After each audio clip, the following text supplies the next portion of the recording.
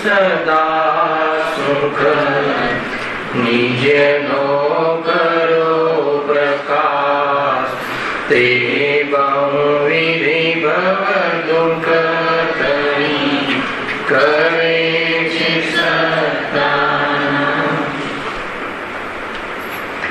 आत्म रूपयं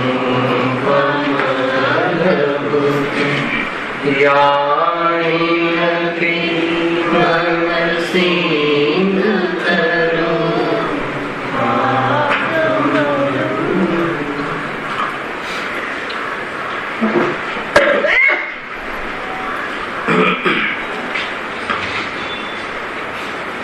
घोर तपश्चर्या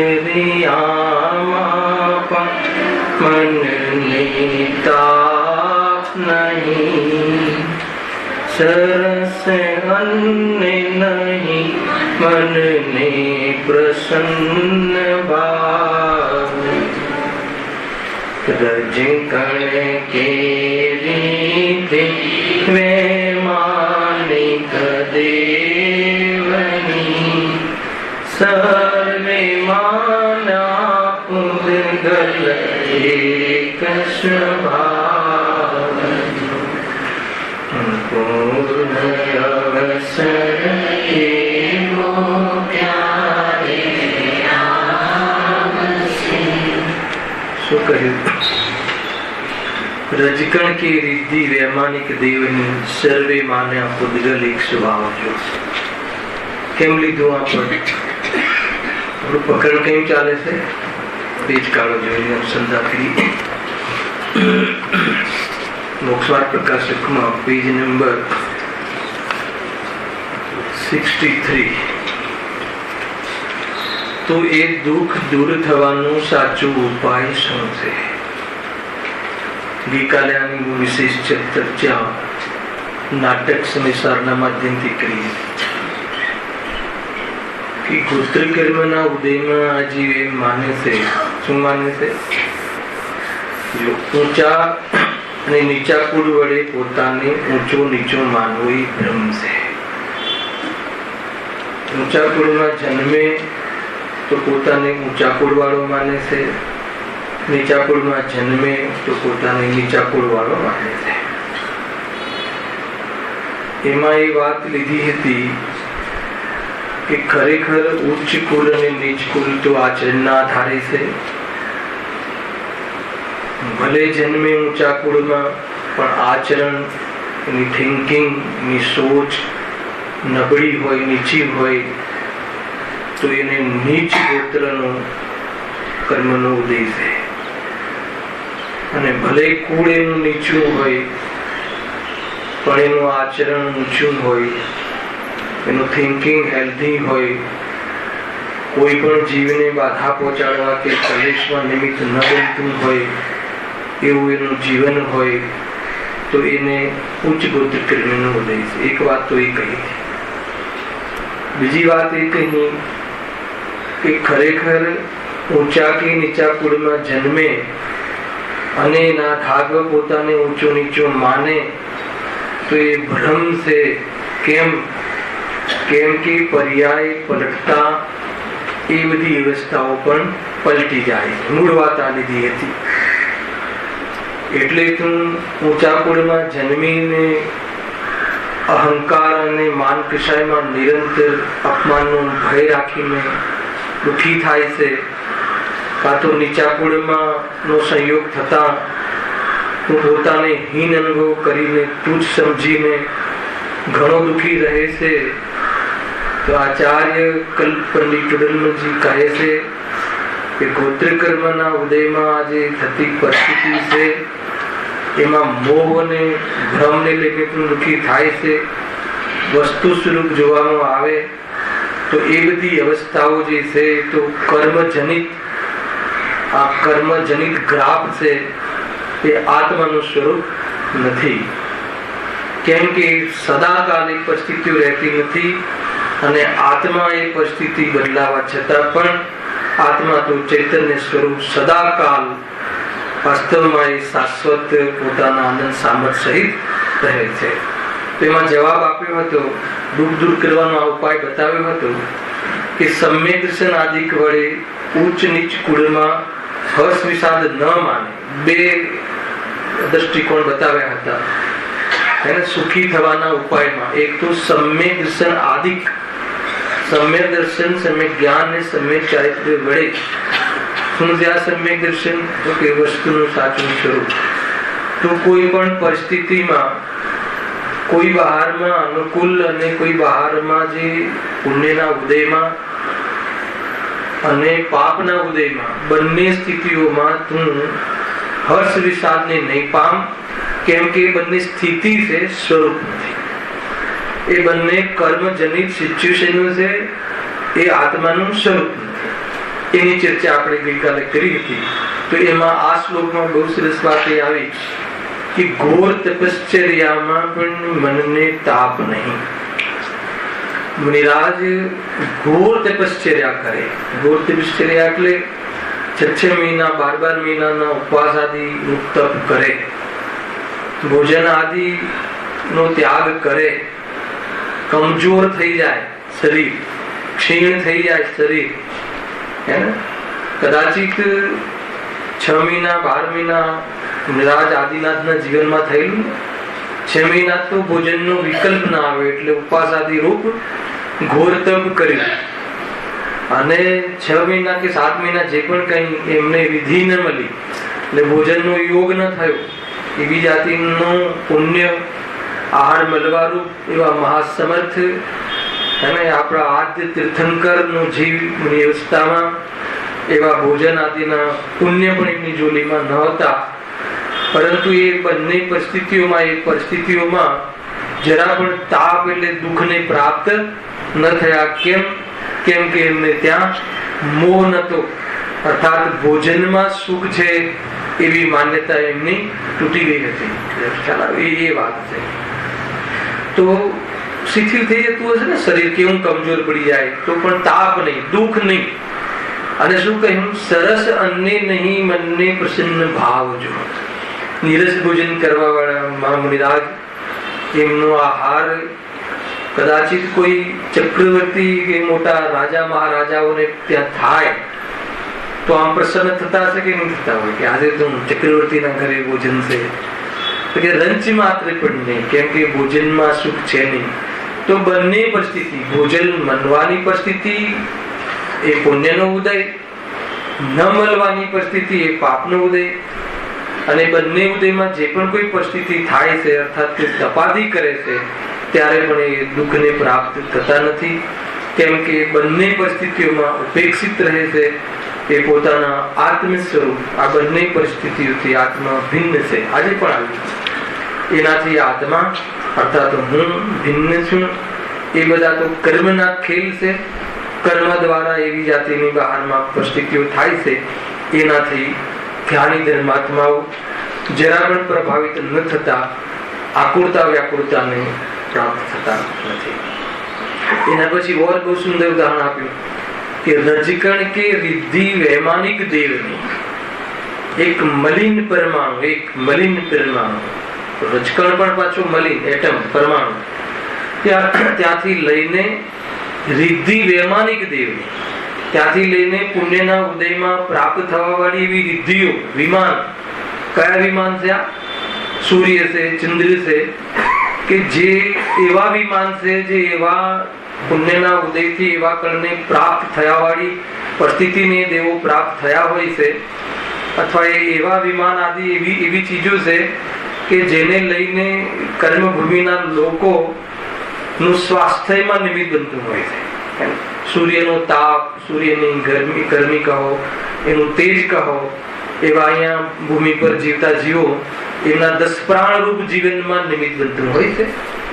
તો એવા પરમાણુઓને પ્રાપ્ત જે પદાર્થો આવે તો બંને પદાર્થોમાં એમને કોઈ તફાવત લાગતો નથી, કેમ કે બંને પૂતગલના આકાર છે અને એને તેનાથી આત્માને કોઈ લાભ નથી. રંજ માત્ર પ્રભાવિત થતા નથી. બહુ મોટી વાત છે આ.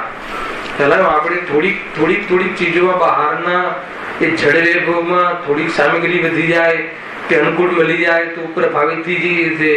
2-5 કરોડ મળી જાય કે બહારમાં યશ પ્રકૃતિનો ઉદય આવે, 4 જણ પૂછે તો આપણે શું થઈ જઈએ છીએ? તો કહે છે કે એમાં એ બહારના સંયોગમાં એની સાથે કરી લીધું હતું એ વખતે એની સાથે વિયોગનો નિવાસ છે. એટલે તને હર સમયે પોઝિશન જે રહે છે એ પોઝિશન શું થશે? જતી રહેવાનો નિરંતર ભય રહે છે.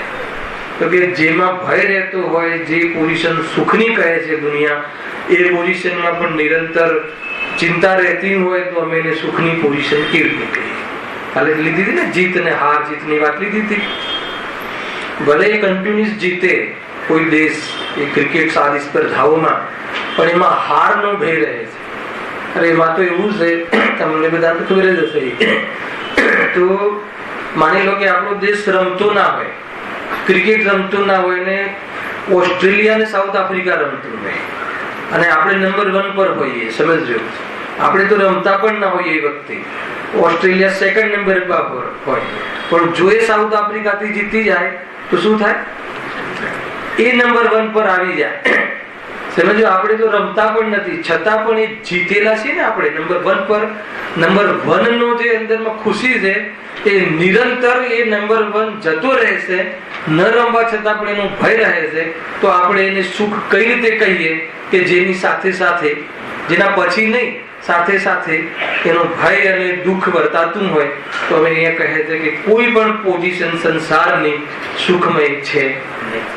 તમે આ લોજિક વિચારજો. જે પણ કોઈ તમને કઈ એમને થોડીક બહારમાં અનુકૂળતાઓની સામગ્રી મળી જાય તો પછી સુખી થઈ જાય છે જી, કે નિરંતર એમાં ચિંતામાં રહે છે એને ટકાવવા માટે કે કેવી રીતે આ બની રહે પરિસ્થિતિ, આ પરિસ્થિતિ ઓર વિકાસ થાય કાં તો બની રહે, એની ચિંતામાં ને ચિંતામાં એ જે માને છે ભોગવવાનું સુખ પણ ક્યાં ભોગવે છે? તો નિરંતર આકૃતા જ ભોગવે છે. એટલે અહીંયા આચાર્ય દેવ કહે છે, અહીંયા આચાર્ય પંડિત ટોડરમલજી કહે છે કે ખરેખર જો તારે સુખી થવું હોય તો જે પણ કોઈ પરિસ્થિતિઓ છે, જે પણ કોઈ પરિસ્થિતિ, જે સાતાવાળી કે અસાતાવાળી, એ બે શું છે? પરિસ્થિતિ છે. એમ જો તને સાચું દર્શન થાય તો વાસ્તવમાં એક ક્ષણિક જ છે, અધ્રુવ છે. અને એટલું જ નહીં, એની સામે એ પરિસ્થિતિઓ પલટાય બદલાય તો પણ હું ધ્રુવ છું. મારું સ્વરૂપ હંમેશા એવું ને એવું ટંકોત્કીર્ણ રહે છે અને એવું ને એવું રહે છે. તો એ પોતાના સ્વરૂપને, શાશ્વત સ્વરૂપને, અર્થાત એ ધ્રુવના આશ્રયમાં ઉપયોગ રમે તો ક્યારે પણ એને એ વાસ્તવમાં એ ખંડિત ન થાય. પણ અધ્રુવ સંયોગોના આશ્રય એની માન્યતા એ સુખ માને છે. એ તો પર્યાયનો વિયોગ થવાનો છે એટલે દુઃખી થશે. અરે વિયોગ થશે ત્યારે થશે, વિયોગ થશે એ માનીને પણ નિરંતર દુઃખી રહે. ખ્યાલ આવે છે કે થોડું પણ તમે જોઈ લેજો, કોઈ પણ જે બી સંયોગો થયો હોય, તમને સારો સ્ટાફ મળ્યો હોય કે સારો બહારમાં જે પણ બિઝનેસ આદિમાં બાયર આદિ સારો સંપર્ક થયો હોય તો નિરંતર આમ ભય રહે છે ને. આપણો કોમ્પ્યુટર એ માર્કેટમાં પહોંચે ભાઈ પ્રવીણભાઈ તો શું ચિંતા રહે છે કે નહીં કદાચ ઓછા રેટ આપી દેશે, ઓર્ડર તમને જ મળે છે તો પણ નિરંતર ભય કેમ રહે છે? કેમ કે અધ્રુવ છે અને એના આશ્રય આપણે સુખી થવાનો ઉપાય કરી રહ્યા છીએ.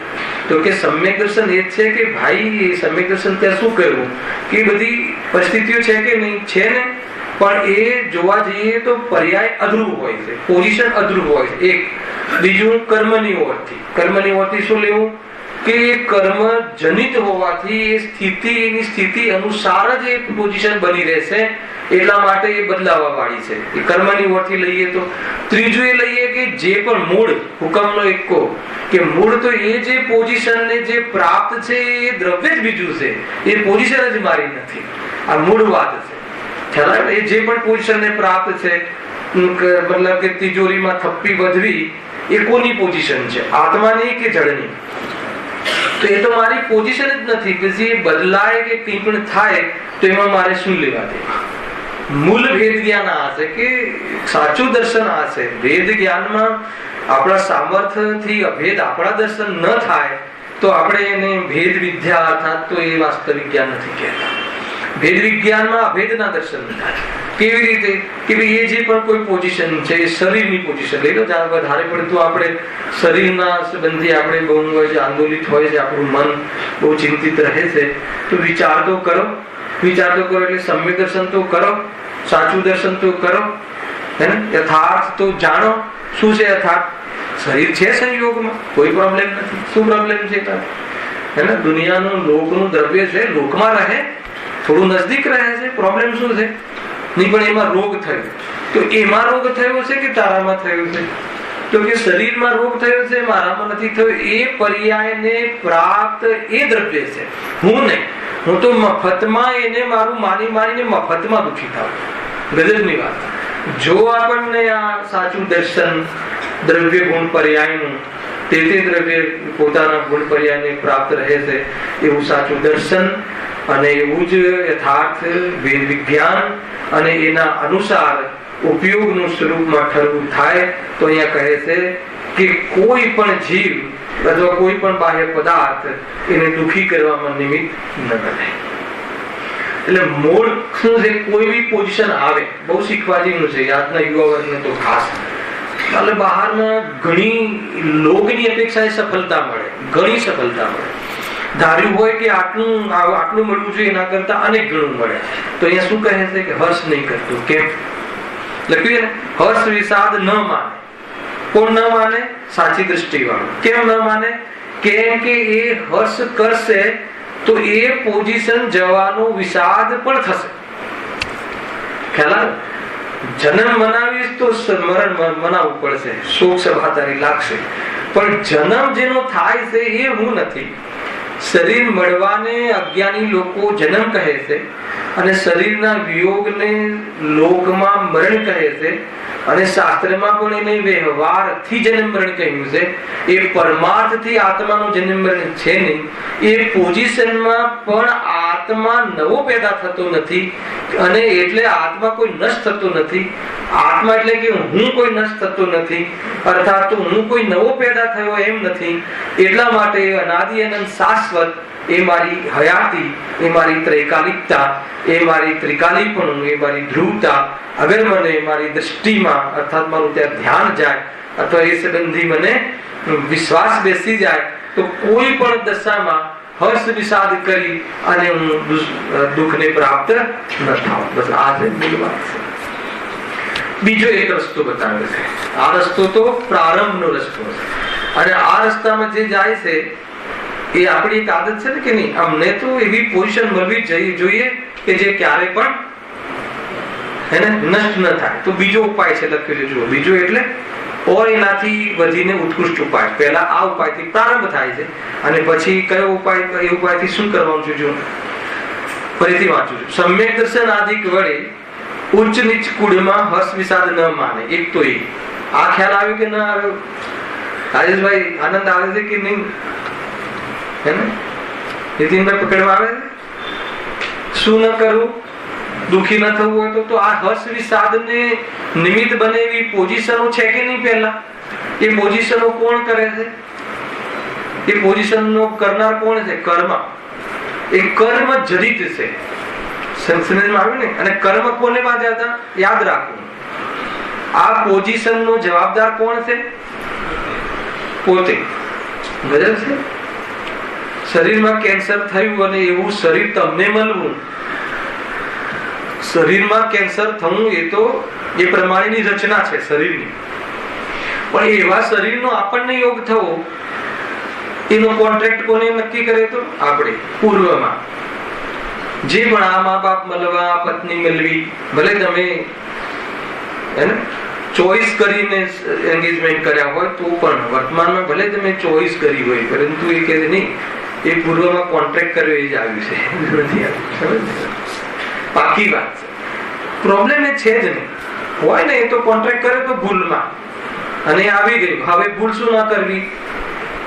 હવે એને પોતાનું માનવાની ફરીથી ભૂલ ન કરવી. અને પોતાનું માનવાથી એના પ્રત્યે રાગ દ્વેષ પેદા થાય છે અને તાત્કાલિક દુઃખી થાય છે. અહીંયા એમ કહે એટલે કોઈ બી પરિસ્થિતિ, એક અને બીજું એ પણ પરિસ્થિતિ, ગમે તેવી પરિસ્થિતિ આવી, ભલે પૂર્વમાં ભૂલ કરી દીધી અને આવી તો ચિંતા ન કરવી. કેમ ન કરવી?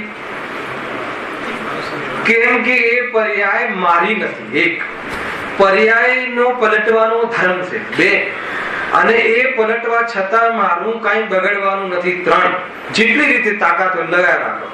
તો પછી એ પર્યાય મળી કે ના મળી, મને શું પ્રોબ્લેમ છે? તો એ જ એક માત્ર સાચું દર્શન, સાચું જ્ઞાન અને આ જ સાચું વાસ્તવમાં એ તરફનો ઉપયોગનું રમવું, તો જીવ એમાં વિચલિત નહીં થાય, દુઃખી નહીં થાય. બાકી તો એને ખ્વાબોમાં વાસ્તવમાં એ સપના જોઈને દુઃખી થશે.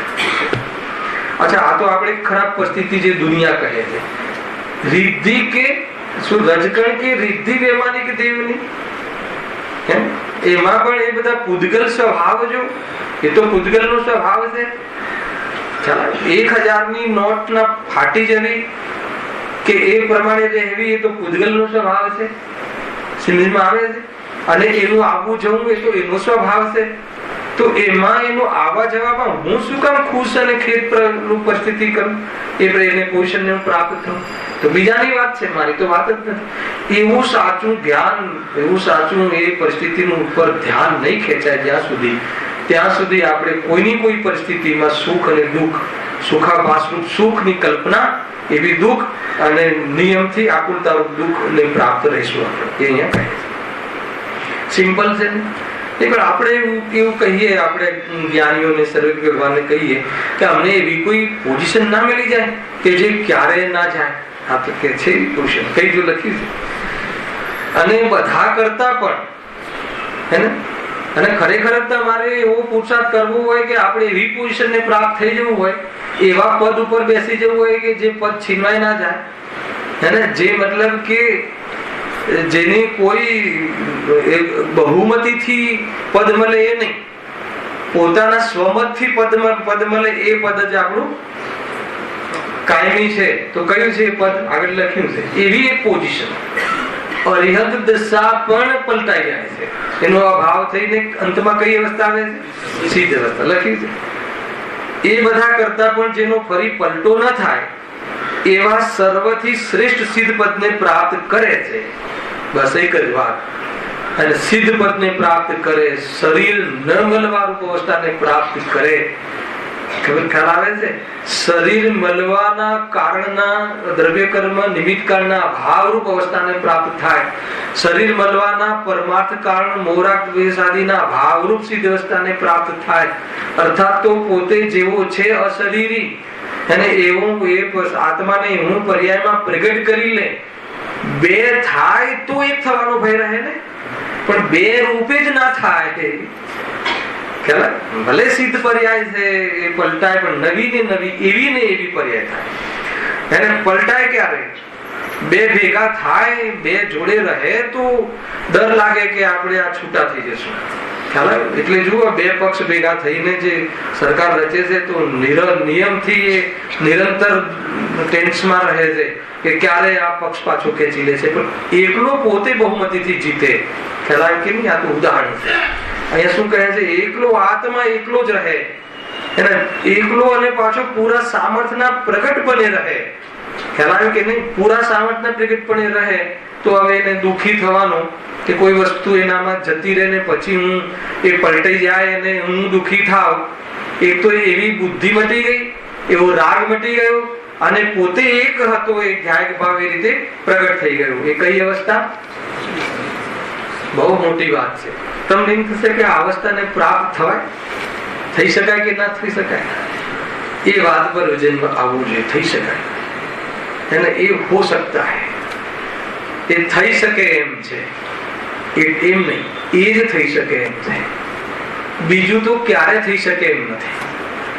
જેટલા પણ આપણા મનોરથ છે કે આ શરીરમાં હું કાયમી રહું, આ કુટુંબ મારું કાયમી આવું ને આવું રહે, અથવા આ કુટુંબ ની આ કુટુંબ રહે, તો એવા મનોરથ તારા આપણા એક પણ સમય માટે પૂરા થતા નથી. પરંતુ હું અશરીરી બનીને કાયમી અવ્યાપાદ સુખપણે રહું, એ મનોરથ સફળ થઈ શકે એમ છે, તો એ કરવા જેવું છે. તો આ ભાવ શાના માટે મળ્યો છે? સિદ્ધ અવસ્થાને પ્રાપ્ત થવા અર્થે, અર્થાત તો કમસે કમ એનું બુકિંગ કરાવવા અર્થે મળ્યો છે. આ વાત અહીંયા આવી. જો આ પ્રમાણે 8 કર્મોની પરિસ્થિતિમાં જે જીવ દુઃખી થતો હતો, એને શાના કારણે દુઃખી થતો હતો? મોહના કારણે દુઃખી થતો હતો અને ખોટા ઉપાય કરતો હતો. એ પંડિતજી આપણને આપણી ભૂલો અને આપણા ઉપાયો જૂઠા છે, એ જૂઠા છે કે નહીં એને એ હવે પૂછશે આગળ અંતમાં. તને જે તું ઉપાયો કરે છે એ જૂઠા લાગ્યા કે નહીં? જૂઠા લાગ્યા તો હવે અમે તને સાચો ઉપાય કહીએ છીએ. અચ્છા, આ જે ઉપાયો સાચા કહ્યા એ સાચા લાગ્યા કે નહીં?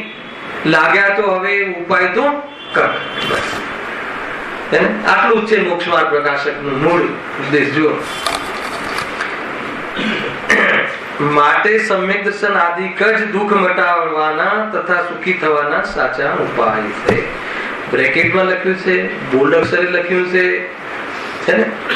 શું લખ્યું? સુખી થવાના ઉપાય કયા છે?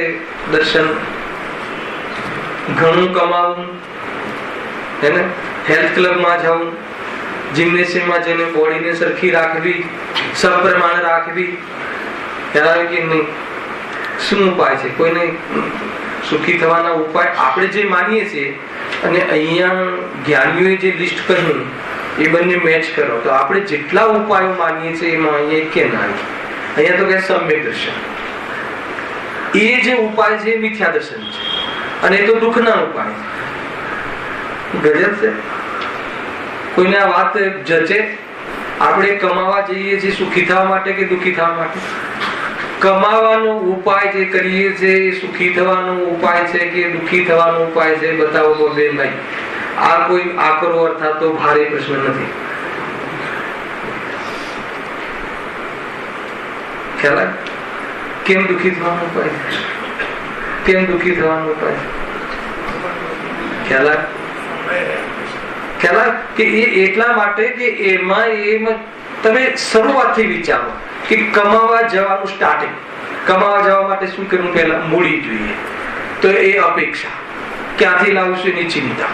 મળી ગઈ તો હવે ક્યાં લગાવી એની ચિંતા. એક એક તમે મને કહો, તમે બિઝનેસની આખી તમે જે સુખી, આપણે બધા સુખી થવા માટે જે એક એક પોઈન્ટમાં દુઃખ, એક એક પોઈન્ટમાં આદિ મધ્ય અંત, શરૂઆત કરીએ, મધ્યમાં અને એનો અંત, એન્ડ, ત્રણેયમાં એકલું દુઃખ અને આકુરતા ના હોય તો બધા છતાં આપણે એમાં સુખનો ઉપાય માનીને બિંદાસ બરાબર એમાં રચ્યા બચ્યા રહીને કરીએ છીએ. એટલા માટે ગુરુદેવશ્રી કહે છે કે તે તારી બુદ્ધિનું દેવાળું કાઢ્યું છે, આપણને બરાબર ઠપકારે. બધા સમીરભાઈ, ખોટી વાત છે? બિઝનેસ કરવામાં આપણને એમ લાગે કે સુખ મળે છે તો કરો, સ્ટાર્ટ કરો. અત્યારે વિચારમાં જ્ઞાન, એના માટે મૂડી લાવવી પડશે. ઠીક છે, મૂડી ઘરની છે, કોઈ વાંધો નહીં, તો ઓર ચિંતા. કેમ? બીજાની હોય તો જાય તો ચિંતા નહીં. અરે આજે તારી મૂડી છે ને એ બીજાની માની લે. લોજિક તો એ જ છે. બીજાની જાય મૂડી તો ક્યારે ચિંતા ના થાય. તો કે જેટલી પણ તારી મૂડી છે ને એ બીજાની છે એ માની લે તો ચિંતા નથી જાય. લોજિક તો એ જ છે. ચિંતા બરાબર છે કે બહુ સુંદર માર્ગ છે ભાઈ, એટલો ઈજી છે. તમે જુઓ, આપણે વિચારતા નથી. આપણે સુખી તો થવું છે અને સુખી થવા માટે આપણે ઝુકાવી પણ છે, પણ એમાં સુખી થવાશે કે નહીં, એ ઉપાય સુખી થવાનો સાચો છે કે નહીં, એનો એકવાર પણ વિચાર નથી કરતા. બસ આ ભૂલ પડી. અને સાચો ઉપાય જે જ્ઞાની કહે છે, સમ્યક દર્શન આદિ કરી અને એ તરફથી રાગનો અભાવ કરી, મુનિ દશા ગ્રહણ કરી, અર્યંત દશાને પ્રાપ્ત થઈ, સિદ્ધ અવસ્થાને પ્રાપ્ત થઈ જાય તો એ જીવ સુખી થઈ જાય. બોલો, આ એ તરફ બી વિચાર નથી કરતા કે ખરેખર સુખી થવાનો માર્ગ છે કે આપણે જે કરીએ છીએ સુખી થવાનો માર્ગ છે. વિચાર કરો, સ્ટાર્ટ કરો. ચલો આપણે 2 કરોડ 5 કરોડની મૂડી તમે ઘરની લગાવી, ઘરની. પેલી તો બહારની લાવીએ તો ચિંતા થાય કે ભાઈ ઇન્ટરેસ્ટ ચૂકવવાનું છે. તો આ 5 કરોડ પોતાના ઘરની લગાવી તો ચિંતા નથી ના થતી હોય તો કહેજો, શાસ્ત્ર અહીંયા બિરાજમાન છે. અને પછી ચલો એ તમે એકદમ સેફ ગેમ રમી રહ્યા છો, માની લો તો પછી હવે ઓર્ડર મળવા જોઈએ એની ચિંતા, ઓર્ડર મળ્યા પછી એને પૂરા થવાની ચિંતા, પૂરા થયા પછી બીજો મળવો એની ચિંતા. અને એક વાર તો એનો થંભાવ તો બતાવો કે ક્યાંય થંભાવ છે કે નહીં. તો કોઈ માર્ગ બીજો હશે એટલું તો ક્લિક થવું જોઈએ ને ભાઈ. આપણે જે કરી રહ્યા છીએ એમાં જો આકુલતા છે અને એમ નહીં કાગતાલીને બહુ ચાલ્યું અહીંયા. હવે જીતુભાઈ બહુ ચાલ્યું, ખ્યાલ આવે કે નહીં કે કદાચિત એની ઈચ્છા અનુસાર બહારમાં બધી પરિસ્થિતિઓ બની પણ જાય. એની ઈચ્છા કરી એટલે નહીં, એવો પુણ્યના ઉદયમાં સર્વકે ભગવાને જોયેલું કે આ પૈસા અહીંયા આવવાના છે અને આની ઈચ્છા થવાની છે, બેનો મેળ પડી ગયો. તો બતાવો કે પછી આ નિરાકુળ થઈ જાય છે? નથી થતો. એટલા માટે કહે છે કે તું બહારની કોઈ બી પરિસ્થિતિને એચીવ કરવા માટેની અને આકુરતા મટાડવાની જે આકુરતા છે એ બધી જ આકુરતા તારે દૂર કરવી હોય તો એક જ ઉપાય છે. કયો? જ્યાંથી સુખ આવે છે એમાં સુખ નથી એમ માન. જ્યાંથી સુખ નથી આવતું ત્યાંથી સુખ આવે છે એ માને છે, માન્યતા છોડી દે. અને જ્યાંથી સુખ આવે છે ત્યાંથી સુખ આવે છે એમાંથી સુખ આવે છે માન. કેવી રીતે માન? અનુભવ કરીને માન. પછી જો સિમ્પલ છે, સિમ્પલ છે કે ભાઈ જે બેગ ઉઠાઈ રહ્યો કોઈ વ્યક્તિ એ મારી નથી, બસ. તો કઈ ચીજ મારી નથી અને જે મારી છે કોઈ ઉઠાઈ શકે કે નહીં એ તરફ આપણે વિચાર કરવાનું ચાલુ કરીએ. તો જે પણ કોઈ ચીજ બીજો લઈ જઈ શકે અર્થાત તો વિયોગ થઈ શકે એ મારી ના હોઈ શકે, નિષ્કર્ષ એ નીકળે. અને જે મારામાંથી કોઈ લઈ જઈ ના શકે એ મારી હોઈ શકે. અને એ જ મારી છે કે જે બીજો કોઈ લઈ ના જઈ શકે, તો હવે કોઈ લઈ જાય એની ચિંતા મટી ગઈ. બરાબર છે? અચ્છા, જ્યારે મારી છે એ મારી જ છે કે એને લાવી નથી પડતી તો પ્રાપ્ત કરવાની ચિંતા મટી ગઈ. તો હવે શું કરવાનું? બરાબર છે? અરે હવે આનંદ કરવાનો, હવે મજા કરવાની. આ બહારની બધી જવાબદારીઓ લઈ લઈને ગુલામી છૂટી જાય તો મજા કરવાની. અને એવા જીવને ઓર એનો વિકાસ થવા માટે આ મુનિ દશા આવે છે. અને મુનિ દશા બહુ પાવરફુલ છે અને એ વાસ્તવમાં મોક્ષનું સાક્ષાત કારણ છે. આ રીતે અહીંયા આપણે એક મોટો ટોપિક ત્રીજા અધિકારનો પૂરો થયો. હવે એક નવો ટોપિક આજે આપણે એનો પ્રારંભ કરીએ છીએ. બહુ જ વૈરાગ્યમય આ ટોપિક છે અને બહુ જ સૈદ્ધાંતિક ટોપિક છે. અને આગમમાં કહેલા જે નિયમો છે, આગમે કહેલા જે સિદ્ધાંત છે એ સિદ્ધાંતોના આધારો પર આમાં બહુ જોરદાર વર્ણન છે, બહુ જ સારું વર્ણન છે. અને વૈરાગ્ય એટલું બધું એમાં આપણને છલકે કે નહીં આપણે જ્યાં ઉભા છીએ ત્યાંથી પાછા વળવું જોઈએ. આ લોકની અંદર જે દિશામાં આપણે વિકાસને ડેવલપમેન્ટ સમજીએ છીએ એ તો આપણે મોક્ષ માર્ગથી દૂર થઈ રહ્યા છીએ. અને મોક્ષનો પુરુષાર્થ તત્વ વિજ્ઞાન અભ્યાસ અને એનું તત્વ નિર્ણય અને આત્માની પ્રતીતિ પોતાના સાધન વડે એને એનો ઉપાય અને પુરુષાર્થ કરવાની સ્વતંત્ર સ્વાધીન આ પરમાત્મા વિદ્યાને જો જીવ સાધે તો કહે છે કે લોક પૂજ્ય બની જાય. એને આપણે શું કામ આર્યંતોને પૂજીએ છીએ? બતાવો, શું કામ આપણે એમના શરણમાં વારંવાર આવીને આ મસ્તક ઝુકાવીએ છીએ? બતાવો, કઈ કારણ તો હશે ને. એકવાર એવો સાદો પણ વિચાર કરીએ ને ભાઈ તો ક્યાંક આપણને ક્લિક થાય કે નહીં આપણે જે દિશામાં વધી રહ્યા છીએ એ કોઈ વિરોધની દશા છે, સુખની ઓપોઝિટ દશા છે. આ એક સમજવા જેવું છે. જો આગળ એ પ્રમાણે કર્મના ઉદયની અપેક્ષાએ મિથ્યા દર્શન આદિકના નિમિત્તથી સંસારમાં કેવળ દુઃખ જ હોય છે તેનું વર્ણન કર્યું અને આ પૂર્ણતા બતાવી. શું થયું? એ પ્રમાણે કર્મના ઉદયની અપેક્ષા. શું થતું હતું? કર્મના ઉદયમાં એક પરિસ્થિતિઓ બદલી હતી અને જીવ દુઃખી શાનાથી થતો હતો? મિથ્યા દર્શન આદિક ના નિમિત્તથી સંસારમાં કેવળ દુઃખ જ હોય છે. શું કેવું થાય છે આમાં? ખ્યાલ આવે છે? બધું વિષય પતી ગયું. અને એક લાસ્ટ લીટીમાં એટલું જોરદાર કહે છે કે કોઈ પણ પરિસ્થિતિ દુઃખનું કારણ નથી. દુઃખનું કારણ મોહ છે. ખ્યાલ? દુઃખનું કારણ શું છે? મોહ છે. અને સુખનું કારણ શું છે? મોક્ષ છે. એક જ શબ્દ બદલવાનો છે. પણ એક શબ્દ બદલવાનો બહુ મોટો પુરુષાર્થ છે. મોહ અને મોક્ષ, હની જગ્યાએ છ કરી નાખો, સુખી થઈ જશો. બરાબર છે કે મોહમાં દુઃખ છે અને મોક્ષમાં સુખ છે. પરિસ્થિતિમાં, વિશ્વની કોઈ પોઝિશનમાં, બહારમાં, કોઈ પરદ્રવ્યમાં, કોઈ સ્થિતિમાં, કોઈ જગ્યાએ દુઃખ નથી, પરંતુ ત્યાં મોહ હોય, એનાથી એટેચમેન્ટ હોય, એનામાં કોઈ પ્રયોજન લાગે, એની સાથે કોઈ સંબંધ બાંધ્યો, હે, સંબંધ નથી પણ સંબંધ બાંધ્યો, તો કહે છે કે દુઃખી થવાનો પ્રસંગ ઉભો થયો. બસ કેમ ઉભો થયો? સંબંધ છે નહીં અને પ્રકૃતિની વિરુદ્ધ આપણે સંબંધ બાંધ્યો. ક્યાં બાંધ્યો? માન્યતા. બહાર તો સંબંધ થતો જ નથી. કોઈ પદાર્થ સાથે કોઈ પદાર્થનો સંબંધ ન થાય એ સૃષ્ટિનું એ વાસ્તવિક સ્વરૂપ છે. ખ્યાલ આવ્યો? કોઈ પણ ક્યારે પણ ન થાય, પરંતુ આપણી માન્યતામાં આપણને રિલેશન લાગ્યો, તો એ રિલેશન શું છે? ખ્યાલ આવ્યો કે એ રિલેશન જ સંસાર છે. એમ કહેજો. દુઃખનું વર્ણન કર્યું. હવે ઓર દુઃખના વર્ણનની વાત છે. ગજબ છે. પેલા કર્મની અપેક્ષા, હવે પર્યાયની અપેક્ષા. શું છે આ પર્યાયની અપેક્ષા? એ દુઃખ. જો કર્મની ઓરથી જે પોઝિશન થાય એ બી તો પર્યાય છે. તો પછી પર્યાયની અપેક્ષા એ દુઃખ અલગથી શું કામ બતાવ્યા? આવો એક પ્રશ્ન થવો જોઈએ. એક એક ટોપિક હવે હું સ્ટાર્ટ કરું છું. બહુ ઊંચો ટોપિક છે કે કર્મના નિમિત્તથી ચારે ગતિઓના જીવોને, માનો જ્ઞાનાવરણી કર્મના ઉદયમાં જ્ઞાનનું ગાઢ ના થવું, મોહની કર્મના ઉદયમાં મોહ થવો, રાગ આદિ ક્રોધ આદિ થવા, તો એ જે પોઝિશનો જે થાય છે એ ચારે ગતિઓના જીવોને આ બધી પોઝિશનો થાય છે એની વાત.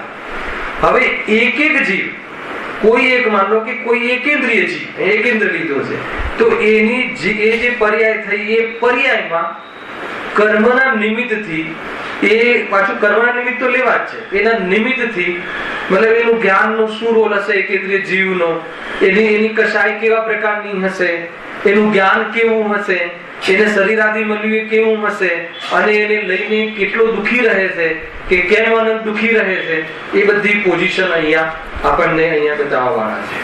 બહુ જોરદાર રીતે છે. જુઓ, એકેન્દ્રિય પર્યાયના દુઃખ. તમને એમ લાગશે કે આપણે તો સંગીત પંચેન્દ્રિય મનુષ્ય છીએ અને એકેન્દ્રિય પર્યાયના દુઃખની ચર્ચા આપણે શું કામ સાંભળવી છે? કદાચ કોઈને એવો પ્રશ્ન થઈ શકે કે ના થઈ શકે. તમે મારા દુઃખની વાત કરો ને એકેન્દ્રિય જીવની દુઃખની વાત શું કામ કર્યું છે? તો આની પાછળ શું લોજિક છે? ખ્યાલ આવે છે કે આ જીવને જે મનુષ્ય પણ મળ્યું છે ને, સાંભળજો, અને હું સ્થાપના કરું છું આ અધિકારને, કે મહાદુર્લભ છે. એનું દુર્લભપણું બતાવવા માટે આ એકેન્દ્રિય જીવની પર્યાયને સમજવું જરૂરી છે. આપણને જે પોઝિશન મળી છે ને, એ બહુ કિંમતી પોઝિશન છે.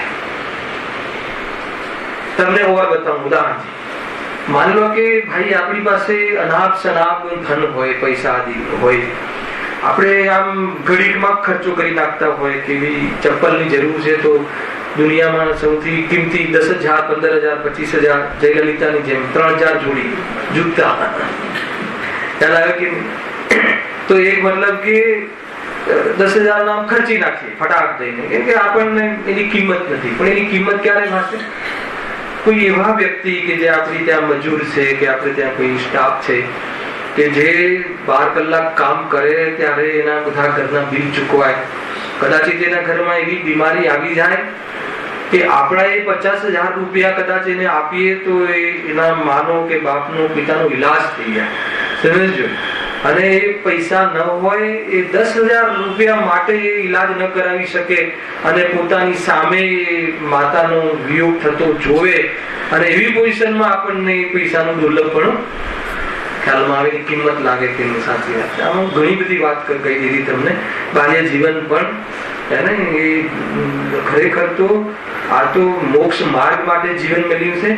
બહારમાં એવા ભોગ આદિ માટે કે બહારમાં ધન મળ્યું હોય અને એવો યોગ મળ્યો હોય પુણ્યના પ્રતાપે, તો 2 કામ કરવા જેવા છે. સૌથી પ્રથમ તો મોહથી જીવ દુઃખી છે, અને મોહનો અભાવ કેવી રીતે થઈ શકે એની જે વિદ્યા બધાને પ્રાપ્ત થાય એની પ્રભાવના અર્થે જે સદાકાળ દુઃખ દૂર થઈ જાય.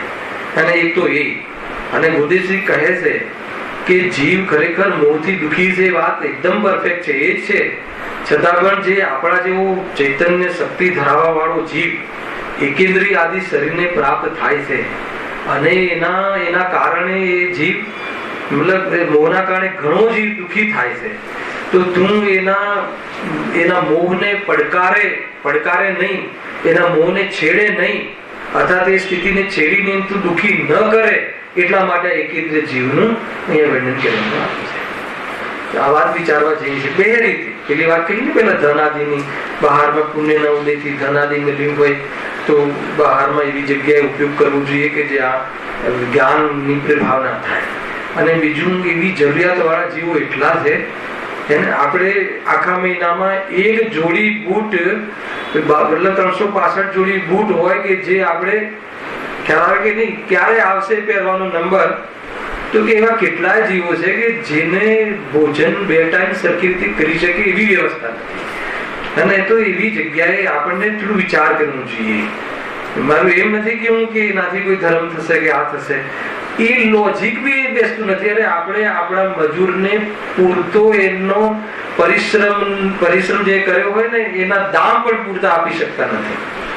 અરે તમે જે અનુશાસન છે, જે આપણું આપણે જે ચાલે છે અહીંયા લોકનું, શું કહેવાય એને, જે આપણે સંવિધાન, જે રાજકીય સંવિધાન છે, એના આધાર ઉપર જે આપણે પેમેન્ટ આપણે ઘરમાં કામવાળી બાય કે જે કરવું પડે, તમે એના નિયમો વાંચજો તો એને જે નથી આપતા ને એ જ પ્રોફિટ છે આપણો.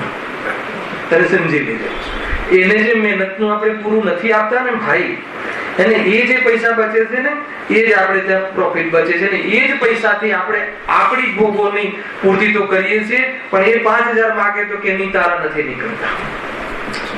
લૌકિક વાત છે આ બહુ જ, પરંતુ આ પણ એક વાત વિચાર કરવા જેવું છે. અંદરમાં આવી કોમળતા અને આવી મતલબ નીતિ હોય સાચી તો જ આ સમય દર્શન થઈ શકે.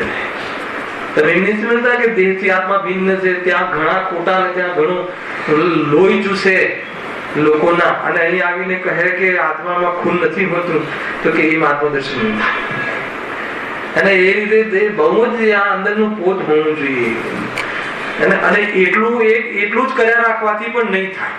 એવું પોત હોયા પછી જે સિદ્ધાંત બોધ છે ને એના આધાર ઉપર જો અંદરની પ્રતીતિ પકડશે તો પછી કાયમી 3 લોક પૂજ્ય થઈ જશે, બાકી નહીં થાય. બહુ મોટી વાત છે. તમે એક જીવને જીવ ના જોઈ શક્યા તો એકેન્દ્રિય જીવનું વર્ણન કરીશ તો તમને એમ લાગશે કે આ તો જોરદાર છે, બહુ જોરદાર ચર્ચા છે. તો કુલ મળીને આપણે એકેન્દ્રિયની જે ચર્ચા કરી રહ્યા છીએ એના પર્યાયના દુઃખની ચર્ચા એટલે કરી રહ્યા છીએ કે આપણને જે આ મનુષ્ય પણ મળ્યું છે, આપણે મૂળ બધા ત્યાંથી જ આવ્યા છીએ. જીવ અનાદિથી એમની ગોદમાં પડ્યો હોય છે ને ત્યાંથી નીકળે છે, અને ત્યાંથી આવ્યા છીએ તો આપણે ભૂલી ગયા છીએ.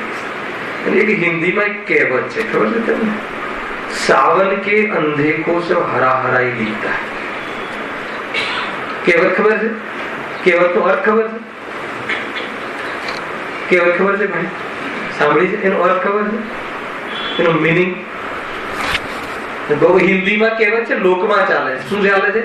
સાવન કે અંધે કો સબ હરા હરા ही दिखता है. એટલે શું કે સાવન મહિનામાં જે મતલબ કે હરિયાળી લીલોતરી બધી ગ્રીનરી સાવન મહિનો તો ગ્રીનરીનો મહિનો છે. બધી જગ્યાએ આ પાંખર ઋતુનો અભાવ થયા પછી બધી આવે છે ઋતુ. તો એ ઋતુમાં કોઈ આંધળો થઈ જાય, કોઈ વ્યક્તિ એ ઋતુમાં કોઈ વ્યક્તિ આંધળો થઈ જાય તો પછી એને બધું એમ લાગે છે કે પછી ઉનાળો આવે ને તો એમ જ લાગે કે બધું હરા હરા એટલે શું લીલું છમનત છે, બધું લીલું છમનત છે એવું લાગે. એ કહેવત પરથી શું સિદ્ધાંત ઉતરે છે ખબર છે કે એ રીતે આજે મનુષ્ય પર્યાય મળી ને એ સાવનનો મહિનો છે. ખ્યાલ આવ્યો? એમાં સમ્યક દર્શન, મુનિદશા અને સિદ્ધ અવસ્થા જ્યારે બી આપણને પ્રાપ્ત થશે તો એનો પુરુષાર્થ મનુષ્ય પર્યાયના અંતર્ગત થાય છે. ભલે સમ્યક દર્શન ચારે ગતિના જીવો સંગી પંચેન્દ્રિય કરી શકે, પરંતુ મોક્ષ જવા વાળો જીવ એ મનુષ્ય ગતિમાં હોય છે. નિયમથી જ્યારે મોક્ષ જશે તો આ મનુષ્ય ગતિ એ જ છે. ખ્યાલ આવ્યો કે નહીં? તો આપણને એ શું થયું, ત્યાં આંધળો થઈ ગયો ને. અહીંયા કયો અંધાપો છે? મોહથી અંધ જીવ. અને એને ખ્યાલ નથી આવ્યો, ભૂલી ગયો કે એકેન્દ્રિય જીવ અમે કેવા દુઃખ ભોગવ્યા છે. આપણને તો એમ લાગે કે ઝાડને શું દુઃખ હશે, ભળી એને કઈ કોઈ દુઃખની કોઈ પ્રવૃત્તિ તો દેખાતી નથી. કોઈ બૂમ પાડતો હોય કે લડતો હોય એ બધું બતાવીશ આમાં આવે છે જોતા.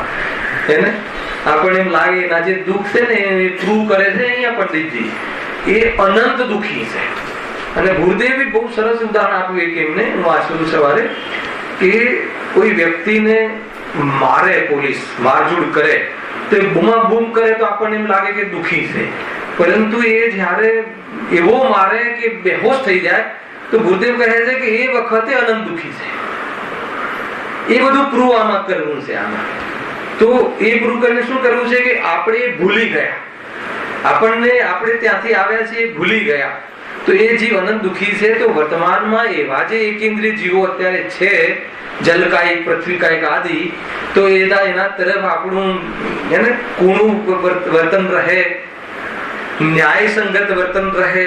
એ જીવને એક તો એકત્વ છે શરીરમાં અને ઘણું દુઃખી થાય છે. તો એના એ મોહને આપણે ન પડકારીએ અથવા એને એ પ્રમાણે દુઃખી થાય એવી જાતિની આપણે પ્રવૃત્તિ ન કરીએ.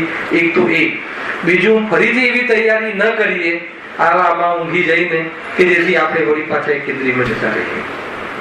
એટલા માટે આ જે મનુષ્ય ભાવ મળ્યો છે એની દુર્લભતા, એની કિંમત આપણને ખ્યાલમાં આવે. એટલા માટે પણ આ એકેન્દ્રિય પર્યાના દુઃખની ચર્ચા આપણા માટે ઉપયોગી થઈ શકે છે.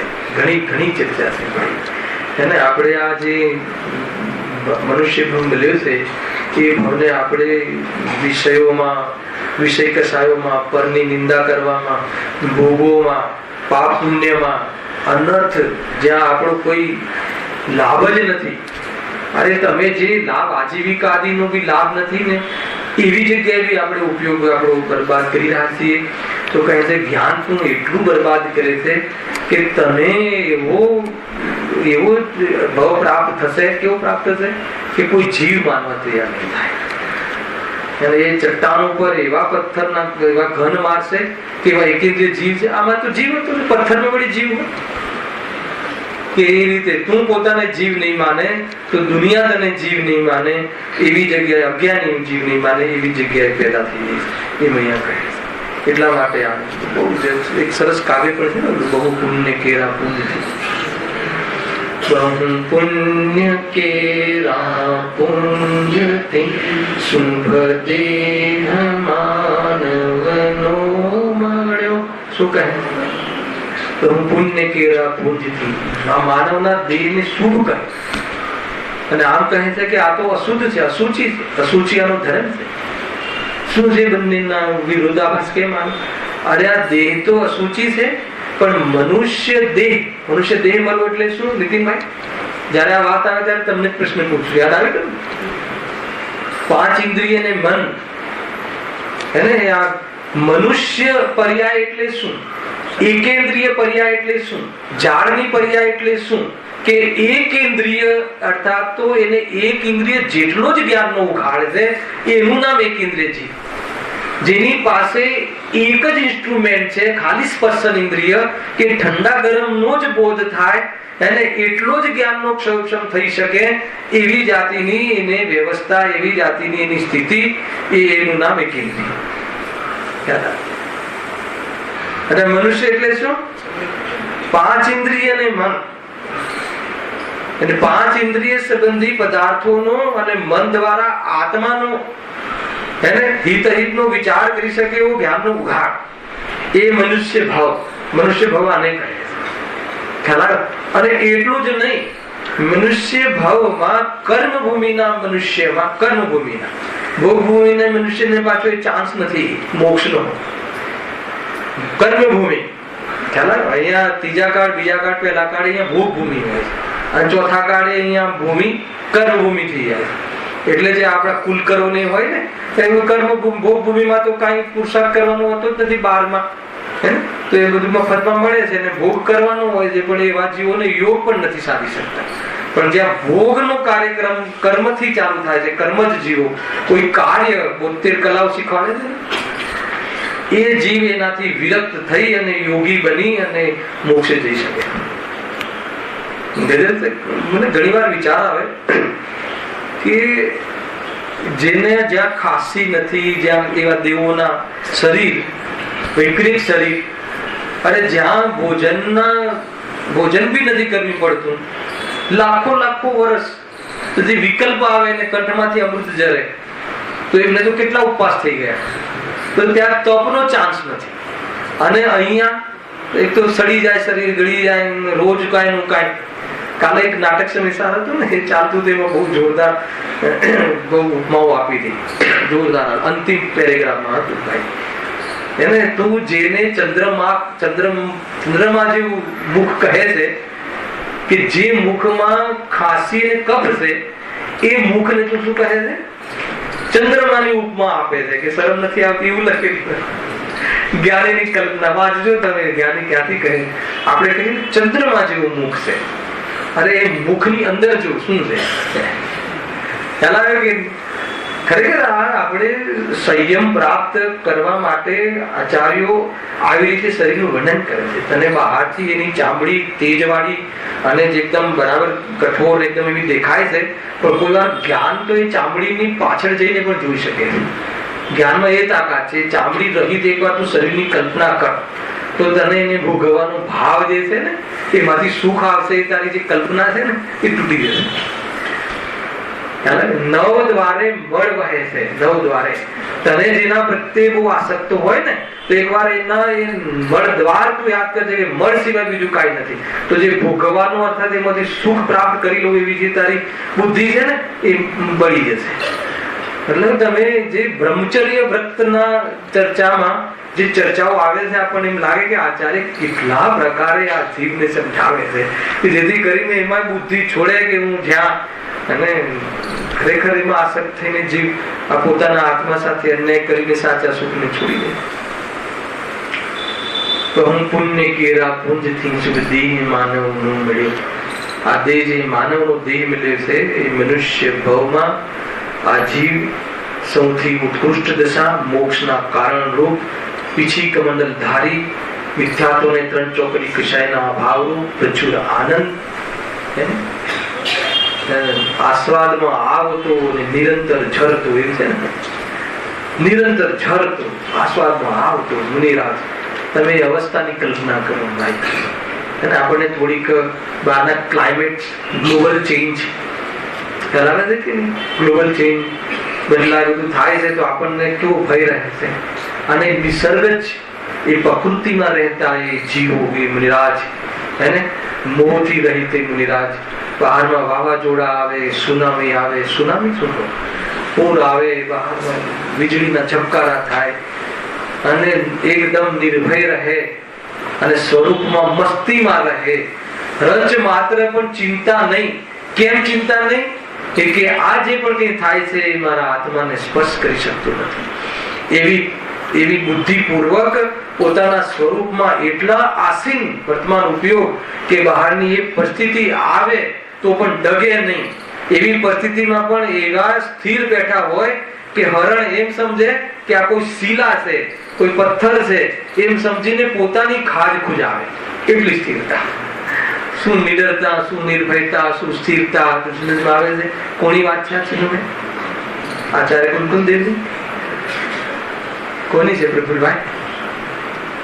બ્રહ્મ પુણ્ય કેરા પુણ્યથી શુભ દેહ માનવનો મળ.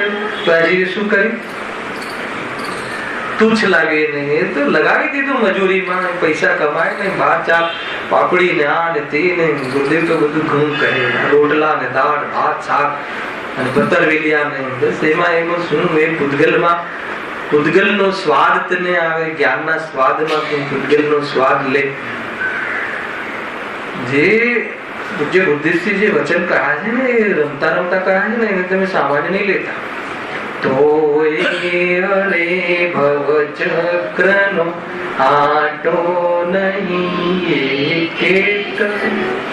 જે ભાવમાં સંપૂર્ણ સંસારને બાળી શકાય છે, અભાવ કરી શકાય છે, એવા ઓપોર્ચ્યુનિટીમાં તે સંસારનો એક પણ આંટો જરા પણ એક પણ આંટો ટળ્યો નહીં, એક પણ ફેરો. એટલે સમ્યક દર્શન કરી લે તો 2-5 ભાવ બાકી રહે હેને, અને આત્મદર્શન ન કરે અને ખ્યાલ આવ્યો તો કહે છે કે અનંત ભાવ ઉભા રહે છે. મિથ્યાત્વ એવું બીજ છે કે જેમાં અનંત ભાવ કરવાની તાકાત છે. અનંત ભાવ કરવાની એટલે ખબર છે, જે હું લઈશ તમને નેક્સ્ટ શનિ પંચ પરાવર્તન, જીતુભાઈ મને યાદ છે, ખાલી એક પરાવર્તનની ચર્ચા કરે ને તો તમને એમ લાગશે કે આ કેવી ગેમ છે, પરેશાન થઈ જાય. અને પંચ પરાવર્તનની બુક એકવાર વાંચો ને તો તમને એમ લાગે કે નહીં, મોક્ષ જવા સિવાય બીજી કોઈ ઉપાય છે જ નહીં. છૂટવું હોય આ જંજીરોથી તો એક જ ઉપાય, અને એ ઉપાય આપણે જૈન ધર્મમાં બતાવેલ છે. આપણે શનિવારના ક્લાસોમાં, રાત્રિના ક્લાસોમાં બહુ એક બાળકને બી ખબર પડે એવી આપણે ભાષામાં આપણે એનું ચિંતન કરીએ છીએ. બહુ પેશન્સ રાખજો, બહુ ધીરજ રાખજો. એવા વિષયો એમાં આપણને ગુરુદેવના પ્રતાપે અને જ્ઞાનીઓએ કહ્યા છે, એ વિષયો આપણું લેવાનો વિકલ્પ છે અને બહુ આનંદ આવશે. એમ લાગે કે એક ક્રિયા એટલી સાત્વિક થઈ જશે આપણી, અને એની અંદર આપણને કોઈ એચીવ થતું ને ચૈતન્ય શક્તિ અંદરમાં ઉછળતી હોય એવી જાતિના અવસરો મળશે. અને જો એમાં જીવ એ ગરમ હોય લોખંડ અને જો હથોડો મારી દે સાહેબ તો કહે છે કે એ નિહાલ થઈ જાય. એટલા માટે આ મનુષ્ય ભાવની, આ મનુષ્ય પર્યાયની કિંમત લાગે એને બહારમાં ફાલતુમાં, અરે 500 કરોડ કમાઈશ તો પણ એ આયુ સમાપ્ત કરીને જતું રહીશ, શું લઈશ, પેટ ભરીને ખાઈશ તો એ જતું રહીશ.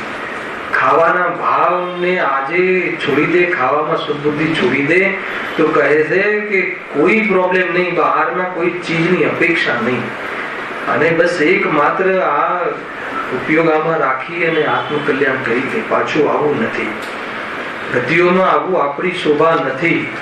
ધ્યાન રાખજો ભાઈ, ત્યારે વારંવાર જન્મ લેવો અને સિનિયોરિટી પાછી ખોઈ દેવી. બરાબર 80-90 વર્ષે બુઝુર્ગ અને એકદમ સિનિયોરિટી આપણે પ્રાપ્ત કરી લીધી હોય, એકદમ ફર્સ્ટ ક્લાસ આખા સમાજને આપણે કંટ્રોલ કરવાની સિનિયોરિટી આવી ગઈ હોય, અને પાછું એક આવડું બાળક થઈ જાય ઘરમાં જઈને અને પાછું ચાલતા શીખવું પડે. એ બેટાના ઘરે જે વહુના પેટમાં આવે અને એ જ દીકરો એને પાપા પગલી કરાવે, શરમ આપે કે આવે છે કે બહુ વિચાર કરવા જેવી વાત છે ભાઈ. પુણ્ય કેરા પુંજથી શુંભ દેહ માનવનો મળ્યો તો એ અરે ભવ ચક્રનો આટો નહીં એકેટણે. એટલા માટે ફરીથી આવી ભૂલ ન કરીએ અને એકેન્દ્રિયમાં જઈને જે દુઃખો આપણે ભોગવ્યા છે, એકંદ્રિયમાં રહીને જે આપણે ત્રાસ ભોગવ્યો છે, એ ત્રાસના દાડા ફરી ન આવે અને જન્મ મરણના આટા ટળી જાય. એ અર્થે હવે એ પર્યાયના, એકેન્દ્રિય પર્યાયના દુઃખનું વર્ણન આપણે અહીંયા પ્રારંભ કરી રહ્યા છીએ. નેક્સ્ટ શનિ રવિ એનું ટેકનિકલ, ટર્મિનોલોજી અને એનું સૈદ્ધાંતિક ચર્ચા અને એને લઈને પ્રયોજનભૂત ચર્ચા આપણે આગળ કરીશું. સહેજાનંદ